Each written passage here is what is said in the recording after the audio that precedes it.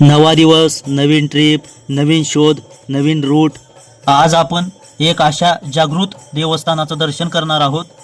चला तर नमस्कार मित्रांनो, मी आपला प्रल्हाद बालेकर. आजच्या देवदर्शनात आपलं स्वागत. तर आज आपल्याला ट्रिप होती गुजरातची. गुजरातमधील उंबरगाम या गावची. तिथं एकदा कंपनीत पोहोचलो, गाडी खाली केलो, आपल्या नेहमीच्या सवयीप्रमाणे विचारपूस केली की बाबा इथं काही नवीन देवस्थान वगैरे काही आहे का. तर तिथल्या लोकल माणसांनीच माहिती दिली बरं का आपल्याला. डहाणू रोड, विवळवेडे, चरोटी नाका इथं महालक्ष्मीचं जागृत मंदिर आहे असं त्याने सांगितलं बरं का. आणि या मंदिरात गुजरात, महाराष्ट्र सगळे भाविक भक्त जातात. आणि तिथल्या लोकांनी इतिहास असं सांगितलं बरं का, कोल्हापूरची महालक्ष्मी रुसून कोल्हापूरहून डहाणू या गावात आली आणि विवळवेडा या ठिकाणी विश्रांती घेतली.